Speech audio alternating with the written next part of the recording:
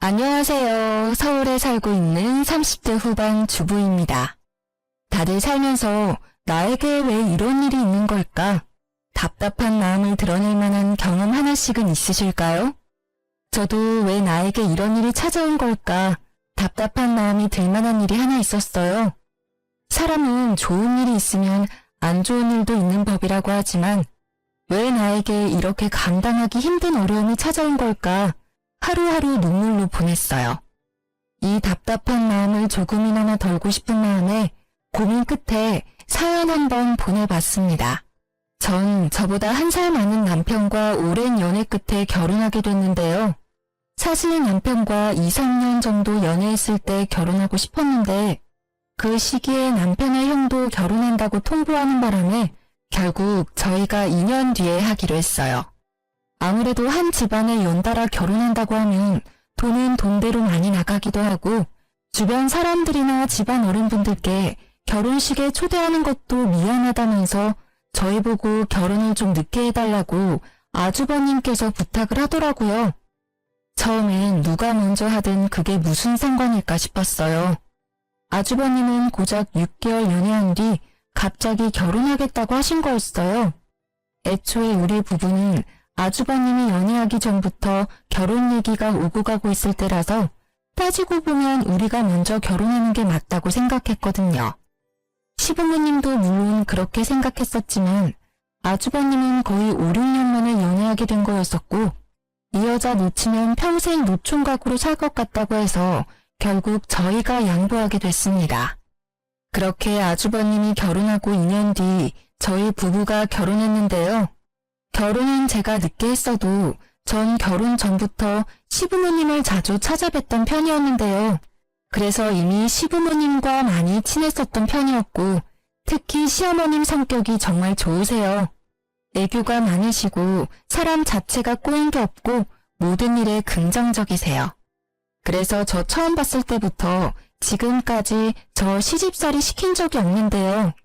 그런 시어머님 덕분에 오히려 제가 시댁일에 나서서 하고 시부모님께 잘하려고 노력했어요. 근데 문제 하나가 발생하게 됐는데요.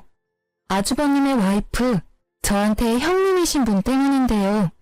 형님은 제 남편과 동갑이신 분이에요. 정말 화려하게 생기고 모델이라고 해도 믿을 정도로 길쭉길쭉한데요. 이쁘게 생긴 것과 다르게 성격은 정말 모난 구석이 많았어요. 모든 일에 부정적이고 투덜거리는 게 정말 많은 편이더라고요. 제가 결혼하고 난 뒤 첫 명절이었어요. 아무래도 형님이 저보다 먼저 결혼하셨고 시댁 식구와 이미 몇 번 명절을 같이 보낸 상태였으니까 시댁 안에서 돌아가는 일에 대해 잘 알고 있을 줄 알았어요. 그래서 명절 때 형님한테 뭐부터 하면 되겠냐고 물어봤었는데요. 형님, 어머님께서 잠깐 시장 좀 다녀오신다고 그동안 간단하게 나물이랑 전 몇 개만 만들고 있으라고 하셨는데 전 뭐부터 하면 될까요? 그걸 왜 나한테 물어봐? 동서가 알아서 해. 내가 하나하나 알려줘야 돼? 그게 아니라 아무래도 형님이 어머님이랑 몇 번 더 명절 같이 보내보셨잖아요. 그래서 어떻게 해야 할지 아실 것 같아서 물어본 거예요.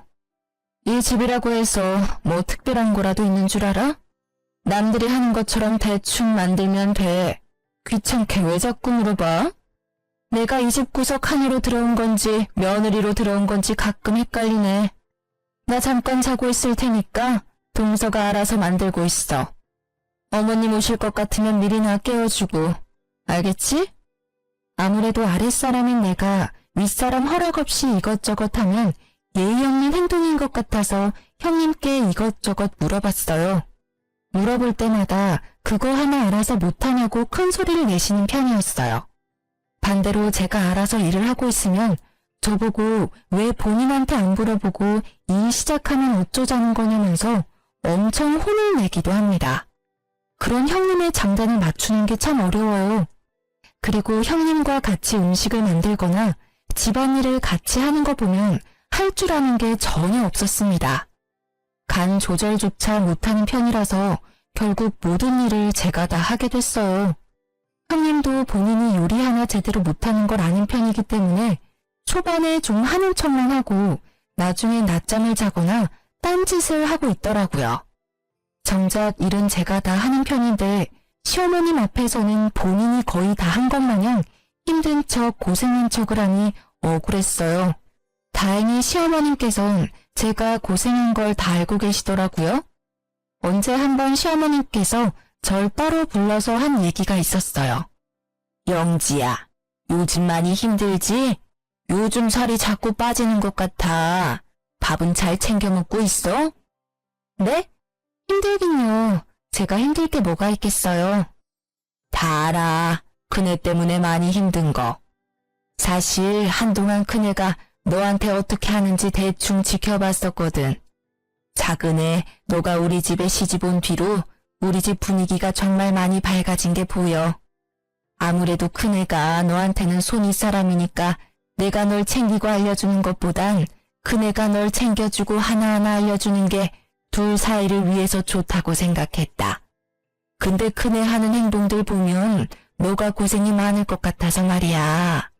사실 큰애가 노는 걸 너무 좋아하고 친정에서 뭐 하나 제대로 배워온 게 하나도 없는 애라서 내가 애를 뭐부터 하나하나 알려줘야 하나 고민이 많았었어. 그래도 우리 작은애가 너무 반듯하고 뭐 하나라도 더 잘하려고 노력하는 모습이 너무 예뻐. 너무 고맙다. 내가 너가 있어서 든든해. 감사해요, 어머님. 어머님이 제 마음 알아주신 것만으로 든든하고 힘이 나네요. 어머님은 모든 일에 대해 다 알고 있었어요. 제가 남편과 결혼하기 전 형님과 어머님이 단둘이 명절 준비를 했을 때 어머님께서 고생이 많았다고 해요. 형님이 뭐 하나 하려고 하는 의지가 없고 자꾸 빈둥거리는 것만 좋아해서 그동안 어머님이 모든 걸 다 해왔다고 해요. 본인이 뭐라도 하나 잔소리하면 그게 시집살이라고 생각할까봐 쉬면 쉬는 대로 그냥 뒀다고 하더라고요. 어머님께서 며느리라고 꼭 시댁 일을 도맡아서 할 필요는 없다고 생각하는 분이기도 했어요. 제가 들어오고 난 뒤 어머님이 마음이 한결 편해졌다고 그동안 고생 많았다면서 저한테 용돈을 몰래 주시기도 했어요. 어머님께 받은 용돈으로 가끔씩 남편과 따로 데이트를 여유롭게 할 수 있어서 너무 좋았었어요. 근데 어머님이 가끔 저한테 용돈을 준다는 것을 형님께 들킨 적이 있어요. 어머님께서 다른 날과 같이 저를 따로 안방에 부르신 뒤 저한테 용돈을 주셨는데 그 상황을 형님이 직접 목격하게 됐었거든요. 그날 형님이 그런 절 따로 불러서 하나부터 열까지 따지기 시작했어요. 동서, 아까 어머님이 동서한테 돈 주는 거 다 봤어. 그 하얀 봉투, 돈 맞지? 얼마나 주셨어?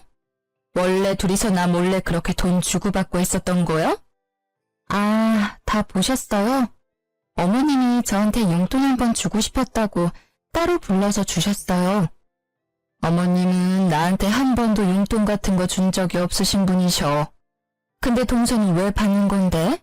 그리고 아무리 어머님이 용돈을 주신다고 해도 그걸 덥석 받는 동서도 참 웃긴다. 돈이 그렇게 좋아? 어머님께서 며느리한테 용돈 한 번씩 줄 수도 있는 거지 뭘 그렇게까지 화를 내시면서 말씀하세요. 얄밉잖아. 같은 며느리인데 차별하는 것도 아니고 왜 동서한테만 용돈을 주는 거냐고. 오늘 어머님께 받았던 돈 나한테 줘. 네? 이걸 왜 형님한테 드려야 해요? 애들이나 하는 일진 짓을 왜 형님이 하시냐고요. 일진 짓? 둘이서 날 왕따 취급하는 건 생각 안 하고 내가 방금 일진 짓 했다고 말한 거야? 동서 이제까지 어머님한테 몰래 용돈 다 받았을 거잖아. 이번엔 나한테 줘. 어머님한테 그렇게 용돈 받고 싶으시면 직접 가서 달라고 하세요. 어머님은 저 쓰라고 이거 주신 거예요. 내가 달라고 하면 주는 거지. 어디서 눈 크게 뜨고 말 대답을 해. 어머님이 나보다 동서 조금 더 챙겨주는 것 같으니까 이제 기어오른다. 솔직히 동서 엄청 여우 같은 거 알아? 내 앞에선 이렇게 말 대답 잘만 하면서 어머님 앞에선 여우처럼 살랑거리긴 하고. 제가 여우 같다고요? 전 그냥 며느리로서 해야 할 본분을 다했을 뿐이에요. 형님이 배짱이처럼 아무것도 안 하고 놀기만 하니까 저라도 열심히 어머님 도와야죠. 그래서 어머님이 절 조금 더 챙겨줄 뿐인데 그게 그렇게 얄미우셨어요? 그럼 형님도 형님답게, 며느리답게 뭐라도 좀 하려고 해보세요. 맨날 놀 궁리만 하지 마시고요. 지금 말 다 했어? 이게 어디서 건방지게 따박따박 말대답이야? 형님은 말 한마디도 안 지는 제가 얄미웠는지 결국 손을 올리셨는데요. 때리려던 찰나에 어머님이 저희 둘을 발견해서 맞진 않았어요. 어머님은 형님의 태도를 보고 생각보다 많이 놀란 눈치였어요. 너 지금 뭐하는 짓이니? 지금 작은 애 때리기라도 하려고 한 거니? 지금 여기가 어딘 줄 알고 손을 함부로 올려? 아무리 작은 애가 너보다 아랫사람이라고 해도 둘이 어려운 사이인 거 알아 몰라? 뭐 때문에 그러는 건데? 말해봐 어서. 네, 동서가 너무 얄미워서 때리려고 했어요. 제가 무슨 말을 해도 말대답을 너무 심하게 하길래요. 어머님 말대로 동서와 저 어려운 관계잖아요. 근데 동서는 제가 무슨 말을 해도 안 지려고 하더라고요. 그러니까 뭐 때문에 그러냐고. 아무리 작은 애가 말대답을 했다고 해도 그렇지 사람을 때리려고 할 수가 있냐고. 그것도 다 큰 성인이. 어머님이 동서한테만 용돈 주시고 이뻐하니까 그랬어요. 저 아까 어머님이 동서한테만 용돈 주는 거 직접 두 눈으로 봤어요. 동서도 동서지만 어머님도 참 너무했어요. 어떻게 저는 쏙 빼고 동서한테만 돈을 주실 수가 있으세요? 저도 어머님 며느리입니다. 제가 아무리 동서보다 못한 사람이라고 해도 이렇게 차별해도 되는 건가요? 그래, 내가 작은 애한테 용돈 좀 줬다. 근데 그거 하나로 애를 때리려고 들어? 이제까지 작은 애가 고생을 많이 하기도 했고 힘들어도 힘든 내색을 전혀 안 하길래 내가 고마운 마음에 줬어. 넌 그런 작은 애한테 한 번이라도 고맙다는 말 해본 적은 있냐? 너가 해야 할 일까지 작은 애가 다 했어. 제가 도대체 뭘 안 했다는 건데요? 고작 음식 몇 가지 안 만든 걸로 그러시는 거예요? 고작이라니. 우리 집안에 관련된 일 직접 나서서 하라는 말이 아니야. 지금 너 태도가 문제라는 걸 말하고 싶은 거야. 너가 하기 싫다고 아랫사람한테 다 떠넘기고 그걸 너가 다 했다고 거짓말까지 하는 그 너의 태도가 문제라는 걸 말하고 싶었다. 근데 작은 애는 한 번도 너에 대해 나쁘게 말한 적이 없었어. 근데 너는 작은 애를 못 잡아먹어서 안달이잖아. 영지야, 너 다음 명절 때 여기에 올 필요 없다. 다음 명절 때 치를 차례는 나랑 큰애만 준비할 테니까 너희는 오지 마. 어머님은 가족들이 모두 보는 앞에서 다음 명절 때 저와 남편 보고 오지 말라고 했어요. 그때 편하게 쉬라고 여행 비용까지 주셨어요. 형님은 끝까지 어머님이 자기만 미워한다고 울고불고 난리가 났었지만 어머님은 그런 형님을 거들떠보지도 않으셨어요. 그리고 형님한테 이 여행 비용까지 뺏으려고 하면 절대 가만히 안 두겠다고 경고하셨어요. 어머님이 분명 경고까지 했음에도 그 다음날 저한테 전화해서 어머님한테 얼마나 받았냐고 물어보더군요. 근데 전 가만히 있지 않고 어머님께 일렀습니다. 어머님은 그런 형님한테 자기한테 그렇게 혼나고도 아직 정신 못 차린 거냐고 또다시 엄청 혼내셨어요. 어머님이 거의 한 달 동안 형님한테 매일 전화해서 저 괴롭히지 않았는지 매일 물어봤을 정도라고 하시네요. 항상 천사 같은 어머님은 한번 화나시면 엄청 무섭고 집요하신 게 있는데 이런 거 보면 정말 대단하신 것 같아요. 저도 그런 어머님께 찍히면 안 될 것 같다는 생각을 잠시 해보기도 했어요. 다음 명절 때 진짜 안 가도 되는 거냐고 물어보니 절대 오지 말라고 단호하게 말해주셨어요. 그래서 저와 남편은 다음 명절 때 제주도로 여행 다녀왔습니다. 어머님께 따로 전해들은 말이 있었는데요. 저희 부부가 제주도로 놀러 갔던 명절 때 형님 어머님께 이것저것 혼나가며 배웠다고 하네요. 어머님께서 이제까지 형님한테 이거 해라 저거 해라 한 적이 단 한 번도 없었거든요. 근데 이번엔 형님 엄청 호되게 당한 것 같습니다. 솔직히 엄청 고소하더라고요. 그 뒤로 형님은 모든 일을 저한테 독박 씌우는 걸 전혀 하지 않았어요. 그리고 형님이 요리나 집안일을 하는 거 보면 어머님께 많이 배운 모양이더라고요. 예전이랑 확실히 다르다는 게 느껴져요. 하지만 여전히 어리버리하고 손이 느린 건 똑같더라고요. 아직도 제가 더 많이 일하긴 하지만 그 전에 비하면 덜하긴 했어요. 어머님이 평소에 온화하신 분이지만 한번 화나시면 끝장을 보시는 편이라 그때 제대로 호되게 혼난 것 같았어요. 그렇게 한동안 집안에 별다른 일 없이 평온하게 흘러가고 있었는데요. 근데 애들 때문에 마음고생을 한 적이 있어요. 형님은 7살 외동아들을 키우고 있어요. 반대로 저희 부부는 8살 딸 하나, 6살 아들 하나, 이렇게 총 2명을 키우고 있는데요. 애들이 없을 때까지만 해도 가족 분위기가 자체가 시끄럽지 않았는데 애들이 생기고 나서부턴 시끄럽긴 하지만 웃을 일이 많아졌어요. 시어머님도 손주가 생기고 나서부터 예전보다 웃음이 많아지셨어요. 행복해야 할 시어머님 생신날 애들 사이에서 일이 하나 터지게 됐는데요. 원래 애들이 많은 집안이면 애들끼리 싸우는 일이 번번이 일어나잖아요. 다른 애들 있는 집안처럼 저희 집에도 애들끼리 싸움이 일어났어요. 어른들끼리 다 같이 커피 마시면서 시간을 보내고 있는데 애들이 놀고 있는 작은 방에서 울음소리가 들리더라고요. 그래서 서둘러 작은 방으로 갔었는데 제 아들 얼굴에 상처가 나 있더라고요. 형님 아들이 제 아들을 자꾸 때리길래 왜 그러냐고 말렸었는데요. 옆에서 같이 말리고 있던 제 딸이 이 모든 상황을 설명해 줬어요. 엄마, 얘가 현우가 갖고 있던 장난감 억지로 뺏으려고 했어요. 근데 현우가 장난감 주기 싫다고 하니까 그때부터 현우 얼굴 자꾸 때렸어요. 재준아, 재은이 말이 맞아? 너가 현우가 갖고 놀고 있던 장난감 억지로 뺏으려고 했어? 그래도 그렇지, 현우 얼굴 이렇게 때리면 어떡해. 다음부터 그러지 마, 알겠지? 현우도 장난감 혼자 갖고 놀면 안 돼. 서로 바꿔놀기도 하고 그래야지. 서로 미안하다고 사과해. 형님 아들과 제 아들은 서로 미안하다고 사과하고 다시 놀기 시작했어요. 아이들은 싸웠다가 언제 싸우냐는 듯이 금방 화해하고 다시 친하게 지내잖아요. 제 아들 얼굴 흉터도 크게 나지 않아서 다행이기도 하고 애들 싸움이 크게 나지 않은 것만 같아서 마음이 좀 놓였는데요. 근데 형님 표정이 좋지 않더라고요. 동서 닮아서 그런가 현우가 욕심이 많나 보네. 그깟 장난감 하나 양보 안 하는 거 보니까 욕심이 정말 많은가 봐. 네? 형님, 무슨 말씀을 그렇게 하세요. 저 닮아서 욕심이 많다니요. 애들이니까 당연히 장난감 양보하기 싫은 거고 싸울 수도 있는 거지. 왜 그런 말을 제가 들으라는 식으로 말씀하시는 거냐고요. 애초에 현우가 장난감만 바로 줬어도 이렇게 될 일은 없었잖아.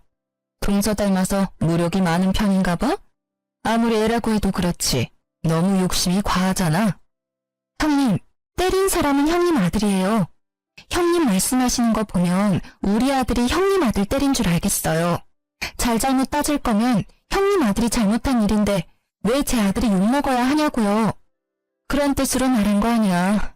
그냥 가끔 보면 동서도 무력이 더럽게 많은 것 같아서 말이야. 지난 일이지만 예전에 어머님이 동서한테 용돈 준 일도 그렇고 끝까지 안 주겠다는 행동을 보니 그 엄마의 그 아들인가 해서 그렇지. 전 그런 형님의 말을 듣고 너무 어이없어서 말조차 나오지 않았어요. 그런 형님은 갑자기 잘 놀고 있는 우리 아들한테 가서 손가락으로 머리를 툭툭 치면서 엄마처럼 인생 그렇게 살지 말라는 말하기까지 했습니다. 제 아들한테 손을 댄 형님의 모습을 보고 놀란 저는 그대로 형님한테 다가가 화를 내려고 하던 찰나에 이 상황을 지켜보고 있던 어머님께서 갑자기 형님한테 다가가더니 형님의 머리를 툭툭 치시기 시작했습니다. 놀라기도 하고 기분이 몹시 나빴던 형님은 그런 시어머님의 손을 툭 치면서 뭐 하는 짓이냐고 소리쳤어요. 어머님, 지금 무슨 짓이에요? 갑자기 제 머리를 툭툭 치시냐고요. 기분 나쁘니? 너도 기분 나쁜 걸 왜 우리 현우한테 했어? 왜 가만히 있는 내 손주 머리를 치냐고. 너도 당해보니까 기분 나쁘지? 어른이 당하면 기분 나쁜 행동, 아이도 당연히 기분 나쁠 거야. 행동 가려가면서 해. 아이는 어른이 하는 행동 전부 기억해. 그리고 그 나쁜 행동 다 아이가 배워서 똑같이 써먹는다고. 그러니까 앞으로 행동 조심해. 우리 현우가 너가 방금 했던 나쁜 행동 배웠을까봐 걱정이다. 애가 얄미우니까 그렇죠. 고작 장난감 하나가 뭐라고 양보 한 번을 안 하고. 참나, 누구 닮아서 이 모양인지. 동서는 자식 교육 어떻게 한 거야? 양보 이런 거 못하게 만들기나 하고. 아직 애잖아, 애. 애들 일에 왜 어른이 나서냐고. 그리고 정작 맞은 건 현우잖아. 너 자식이 현우 때린 건 생각 안 해? 무슨 일 있어도 사람 때리는 건 안 돼. 너 자식 잘못한 거 교육은 안 시키고 남의 자식이 교육이 잘못 받았느니 그런 소리를 하냐고. 너 자식이 내 손주 때린 건 괜찮고 남의 새끼가 고작 장난감 하나 양보 안 해준 건 그렇게 참기 힘드냐? 너 말대로 그 엄마의 그 아들이다. 엄마가 이 모양인데 애가 뭘 보고 배울 수가 있겠어? 애가 어떻게 클지 훤히 보인다. 이번에도 또 제가 잘못한 일이에요? 어머님은 항상 왜 제 편이 아니라 동서 편이신 거예요? 저 어머님이 이러실 때마다 지겨워 죽겠어요. 제가 뭘 그렇게 잘못했다고 꼬집기나 하시고 나중에는 애들까지 편애하시겠네요. 저 어머님한테 서운한 거 정말 많습니다. 며느리도 똑같은 자식인데 왜 이렇게 차별만 하시냐고요. 넌 여전히 정신 못 차리는구나. 너랑 더 이상 입씨름하기 싫어. 당장 이 집에서 나가. 앞으로 이 집에 들어올 생각 절대 하지 마. 당장 나가라고. 결국 어머님은 형님을 내쫓았습니다. 앞으로 절대 가족 모임에 참석할 생각하지 말라고 으름장을 놓으실 정도였어요. 평소 같으면 아주버님은 무조건 형님 편만 들었을 텐데 이번엔 형님 편을 들지 않고 저희 부부한테 다가와 미안하다고 사과까지 하셨어요. 형님은 도대체 왜 우리를 못 잡아먹어서 안달일까요? 시간이 모든 일을 해결해준다는 말이 있잖아요. 한동안 형님은 가족 모임에 참석하지 못했었지만 나중에 어머님과 형님은 자연스럽게 화해를 하고 형님은 다시 가족 모임에 참석했어요. 형님도 아무렇지 않게 저한테 말도 걸기도 했고요. 근데 끝까지 사과 한마디를 하지 않았어요. 일 크게 만들고 싶지 않아서 저도 아무렇지 않게 형님과 잘 지냈습니다. 예전처럼 다시 잘 지내고 있는데 저에게 안 좋은 일 한 가지가 생겼는데요. 저희 친정아버지가 교통사고를 당하게 됐어요. 남동생도 먼 지방에 있던 상태라서 동생보다 제가 친정집에 가는 게 빨랐어요. 그래서 전 친정집에 며칠 동안 지내야 하는 상황이었는데 학교와 유치원을 다니는 애들까지 친정집에 데리고 갈 수가 없었어요. 남편도 워낙 야근이 많은 직업을 가진 사람이라 애들을 제대로 케어할 수가 없었거든요. 결국 시어머님께 애들을 맡기게 됐어요. 보름 정도 시어머님이 애들을 데리고 있기로 했는데 어머님은 오히려 엄청 좋아하시더라고요. 워낙 손자를 좋아하는 분이라서 하루 종일 손자랑 같이 있을 수 있다며 오히려 좋아하셨어요. 애들도 할머니랑 같이 있어서 좋다고 했고요. 근데 어머님이 애들을 데리고 있을 때 큰 사고가 하나 터지고 말았어요. 어머님께서 애들을 돌보고 있던 보름 중 딱 하루, 어머님이 아침 일찍 외출을 해야 했던 날이 있었어요. 근데 우리 애들 때문에 못 갈 상황이 되고야 말았어요. 그래서 어쩌면 좋을까 고민하고 있었는데 전업주부로 지내고 있는 형님이 제 아이들을 잠시 데리고 있겠다고 먼저 말했나 봐요. 그래서 어머님은 마음 놓고 외출하셨는데요. 어머님도 저한테 따로 말씀해 주셨어요. 본인이 이날 바쁜 일이 있어서 이날 하루만 형님이 데리고 있는다고요. 근데 그날 저녁 갑자기 경찰서에서 연락이 오게 됐는데요. 아이들이 경찰서에 있다는 연락이었어요. 그래서 친정집에서 시댁 근처에 있는 경찰서로 바로 가게 됐는데요.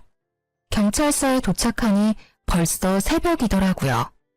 경찰서 안에 있는 애들을 보니 완전 산거지가 따로 없더라고요. 애들은 절 보자마자 바로 울었고요. 그래서 이게 무슨 상황인가 싶어서 경찰한테 어떻게 된 거냐고 상황 설명을 듣게 됐었는데요. 이날 형님은 제 아이들과 형님 아들을 데리고 키즈 카페에 갔었다고 해요. 근데 형님은 제 아이들을 키즈 카페에 두고 본인 아들만 쏙 데리고 나갔다고 해요. 저희 애들 밥도 안 먹이고 본인 아들만 밥을 먹이려고 했던 거였어요. 밥 먹은 후에 우리 애들한테 바로 갔어야 했는데 형님은 우리 애들의 존재를 까먹었는지 애들을 키즈 카페에 두고 집에 돌아갔습니다. 몇 시간이 지났음에도 형님이 안 오자 불안했던 제 애들은 결국 키즈 카페 밖으로 나가게 됐고 늦은 밤까지 키즈 카페 주변을 서성거렸다고 해요. 늦은 밤에 키즈 카페 주변에 있는 공원에서 놀고 있는 제 아이들을 발견한 경찰분들이 애들을 데리고 경찰서로 간 거라고 하네요. 전 경찰분과 아이들의 말을 듣고 다리에 힘이 풀렸어요. 전 아이들을 안고 펑펑 울었습니다. 경찰이 애들을 발견하지 못했더라면 평생 우리 아이들을 보지 못했을 거란 생각에 심장이 마구 뛰더라고요. 한창 뉴스에 애들 관련 사건 사고가 많이 나왔었을 때라서 경찰한테 연락을 받았을 때 우리 애들한테 무슨 일 있는 건 아닐까 많이 무서웠었거든요. 다행히 애들이 제 번호를 외우고 있었던 덕에 바로 연락이 닿을 수 있었네요. 좀 진정된 뒤 전 남편에게 전화했습니다. 얼마 지나지 않아 남편과 시어머님, 형님네 부부까지 전부 경찰서에 왔어요. 뒤늦게 이 사실을 알게 된 어머님은 목 놓아 우시면서 애들을 꽉 안았습니다. 내가 죄인이다, 죄인. 내가 밖에 나가지만 않았어도 이런 일 생기지도 않았을 텐데 할머니가 미안하다. 어머님, 울지 마세요. 어머님 잘못 전혀 없어요. 다행히 애들이 멀리 가지 않고 그 근처 공원에 있었다고 하네요. 아참, 큰애야. 너가 이 상황 다 설명 좀 해봐라. 분명 너랑 같이 있어야 할 애들이 왜 경찰서에 있는 거니? 말 좀 해봐. 눈물을 흘리시던 어머님은 정신이 번쩍 드셨는지 형님한테 다가가 화를 내시며 당장 상황 설명부터 하라면서 호통을 치셨습니다. 이 사태의 원인 제공자인 형님은 오히려 어머님이 우는 게 이해가 안 간다는 표정을 지으며 가만히 서 있기만 했어요. 왜 입 꾹 다물고 왜 가만히 서 있기만 해? 당장 이 상황 어떻게 된 건지 설명하라고. 깜빡했어요. 애들 키즈 카페에 있다는 걸 까먹고 집에 가서 잠들었네요. 애들 찾았으니 다행인 거지 왜 우세요? 잃어버렸으면 모를까. 어머님은 형님의 뺨을 때렸습니다. 그것도 여러 번이요. 정말 많이 화가 난 것 같았습니다. 저 왜 때리세요? 애들 찾았으면 그만이지 왜 때리냐고요? 망할년, 너 때문에 우리 집 돌아가는 꼬라지 좀 봐라. 너 때문에 내 소중한 손주가 없어질 뻔했어. 너 하나 우리 집에 들어오고 나서 모든 일이 다 악재야, 악재. 그러니까 애초에 어머님이 나가지 말았어야죠.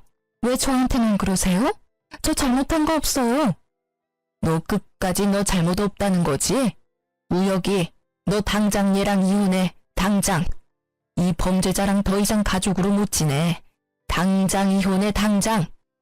어머님은 아주버님께 당장 이혼하라고 말씀하셨어요. 형님은 끝까지 본인은 잘못한 게 없다고 주장하는 입장이라 어머님은 그런 형님께 온갖 정이 다 떨어졌습니다. 근데 아주버님은 끝까지 형님과 이혼할 수 없다고 말씀하셨어요. 그래서 어머님은 그런 아주버님도 꼴도 보기 싫다고 절연 선언을 하셨습니다. 어머님이 아주버님과도 연을 끊을 줄은 몰랐어요. 아무래도 첫째 아들이라서 많은 애정을 갖고 계셨거든요. 근데 어머님은 진심으로 아주버님 연락 일절 받지 않으셨고 집까지 찾아오면 소금까지 뿌릴 정도였습니다. 어머님이 만나주지 않으니 답답했던 아주버님과 형님은 절 직접 찾아오시기까지 했는데요. 무슨 일로 오셨어요? 재수씨, 엄마가 도저히 절 만나주지 않아요. 재수씨가 저희 엄마 마음 좀 돌려주면 안 돼요? 그걸 왜 저한테 부탁하세요? 애초에 형님이 우리 애들 방치만 안 했어도 이런 일 없었을 거잖아요. 그 일 있고 나서 형님께선 저랑 어머님께 진심으로 사과는 했나요? 사과조차 하지 않았으면서 어머님한테 용서를 바라는 건 너무한 거 아니에요? 어머님도 어머님이지만 저한테 정식으로 사과하세요. 제 아이 잃을 뻔한 거라고요. 재수씨, 이 사람 대신해서 제가 대신 사과드릴게요. 제 와이프가 생각이 너무 짧았어요. 내 자식이라 생각하고 돌봤어야 했는데 이 사람은 그게 부족했던 것 같아요. 아니요. 형님이 직접 해주세요. 이제까지 형님이 저와 어머님께 해왔던 잘못된 행동부터 제 아이 잃어버릴 뻔한 일에 대해서 정식으로 사과해주세요. 아주버님 옆에 있던 형님은 끝까지 입을 열지 않으셨어요. 아주버님은 그런 형님께 화를 내면서 사과하라고 말했지만 끝까지 안 하더군요. 그렇게 1년 가까이 형님과 아주버님을 보지 않고 살게 됐었는데요. 그런 어느 날 갑자기 아주버님이 울면서 시어머님을 찾아간 적이 있습니다. 거의 1년 만에 아주버님을 본 거였는데 그런 아주버님이 울면서 있으니 시어머님과 저희 부부는 많이 놀랐는데요. 평소 시어머님 성격 같으면 그런 아주버님을 보고도 그냥 내보냈을 텐데 그날은 그런 아주버님의 이야기를 묵묵히 듣고만 계셨어요. 이날 아주버님이 울면서 했던 말이 아직도 생생한데요. 아주버님은 시어머님과 저희 부부를 안 보고 지내던 1년 동안 둘째 계획을 세우고 있었다고 합니다. 근데 생각보다 둘째가 잘 생기지 않아서 그 이유에 대해 알기 위해서 산부인과를 찾아갔다고 해요. 원래 산부인과까지 갈 필요는 없다고 생각했었는데 하도 임신이 안 되니까 마음 크게 먹고 갔던 모양이더라고요. 그래서 각종 검사를 받게 됐었는데 아주버님께서 무정자증이라는 충격적인 검사 결과가 나왔다고 합니다. 완전 패닉 상태였다고 하는데요. 무정자증이라면 첫째 아이를 어떻게 가진 걸까 의문에 빠졌다고 해요. 그것 때문에 한동안 형님과 엄청 싸웠다고 합니다. 결국 두 사람은 친자 검사를 받게 됐는데 형님의 아들이 아주버님의 아이가 아니라는 결과가 나왔다고 해요. 알고 보니 형님께서 아주버님과 결혼 준비를 하면서 다른 남자와 몇 번의 잠자리를 가졌다네요. 여러 남자들과 가졌던 거라서 아들이 어떤 남자 아이인지 모른다고 해요. 그래서 그 문제로 아주버님은 울면서 시어머님을 찾아갔던 거였습니다. 시어머님은 그런 아주버님을 때리면서 하필 결혼해도 그런 여자랑 결혼해서 왜 이 사단을 만들었냐며 호통을 치셨습니다. 아주버님은 그런 형님이 보기 싫어서 거의 한 달 동안 따로 나와서 살았다고 해요. 결국 돌고 돌다가 갈 곳이 없어서 시어머님 집으로 찾아왔다고 합니다. 결국 어머님은 아주버님을 받아주기로 결정하셨고 아주버님은 형님이 잠시 집을 비운 사이에 본인 집만 싸서 바로 어머님 댁으로 갔어요. 아주버님은 어머님 집에서 지내면서 아이를 어떻게 할지 많은 고민을 하신 것 같아요. 결국 그 아이는 아주버님이 키우기로 했습니다. 어머님과 제 남편은 절대 안 된다고 반대했지만 애는 죄가 없다면서 그동안 내 아들이라 생각하면서 키운 정이 있기 때문에 이 아이를 놓치고 싶지 않았다고 해요. 그렇게 아주버님과 형님은 이혼하게 됐어요. 형님네 부부가 살고 있던 집부터 형님의 개인적인 재산 모두 아주버님한테 다 넘어가게 됐었는데요. 양육권까지도 전부 아주버님께 넘어갔고요. 아주버님은 저희 부부에게 따로 찾아와서 그동안 형님 때문에 마음고생시킨 거 정말 미안했었다고 저희 부부에게 5천만 원이란 돈을 줬습니다. 처음엔 돈 안 받겠다고 거절했었지만 이 5천만 원 돈 전부 형님 돈이었다면서 자긴 아이 키울 돈 충분히 받았다고 이 돈 저희 부부한테 꼭 받으라고 하더라고요. 그리고 예전에 아이 잃어버릴 뻔한 일도 다시 한 번 더 사과해 주셨어요. 형님은 모든 재산과 집, 아이까지 뺏긴 상태에서 매달 150만 원씩 아주버님께 양육비를 줘야 한다고 해요. 근데 한 푼도 받지 못하고 이혼당한 형님께선 매달 150만 원씩 줄 능력이 되지 않으세요. 게다가 이혼하고 지낼 공간도 없었다네요. 형님 친정 부모님은 이미 돌아가신 상태라 기댈 곳이 없거든요. 그래서 한동안 사우나부터 모텔까지 돌아다니면서 지낸다고 들었어요. 양육비를 당장 지급해야 하는 상황인데 결혼하는 동안 전업주부로 지냈던 형님은 당장 취업할 곳이 마땅치 않았어요. 그래서 어떤 일을 해야 할까 고민이 많은 듯 했는데요. 그런 형님께서 저한테 연락해서 만나자고 하시더라고요. 그래서 전 그런 형님을 만났습니다. 무슨 일로 보자고 하셨어요? 동서, 그동안 잘 지냈어? 얼굴이 많이 좋아 보이네. 용건만 말씀하시죠. 저 형님이랑 오래 같이 있고 싶지 않아서요. 동서도 알고 있겠지만 내가 그이랑 이혼하고 나서 매달 150만 원씩 양육비를 줘야 하는 입장이야. 근데 내가 그이랑 같이 사는 동안 일을 하지 않았었잖아. 경력이 단절된 상태라 일할 곳이 마땅치 않아. 동서는 결혼하고 나서도 계속 일해왔으니까 주변에 아는 회사나 아는 사람들 많을 것 같은데 혹시 내가 일할 만한 회사 자리 하나 있을까? 있으면 나 좀 소개해 줄래? 제가 왜 그래야 해요? 일 하나 못 구해서 바쁜 사람 불러낸 거예요? 일할 자리가 없으면 식당이나 공장에 들어가서라도 일을 하셔야죠. 내가 그 생각을 못했네. 그래도 내가 결혼하기 전에 백화점에서 일했으니까 공장이나 식당 일은 잘 못할 것 같아서 그래서 혹시나 하는 마음에 동서한테 물어본 거야. 마땅한 일자리 없으면 돈이라도 빌려줄 수 있을까? 내가 지금 지낼 곳이 전혀 없어. 지금 내 모습 보면 딱 알겠지? 완전 거지 같아. 혹시 돈 조금이라도 있으면 빌려줄래? 다음 달부터 일해서 그이한테 양육비 줘야 하는 입장인데 회사 갈 때 쓸 교통비조차 없어서 말이야. 그것도 형님이 알아서 하세요.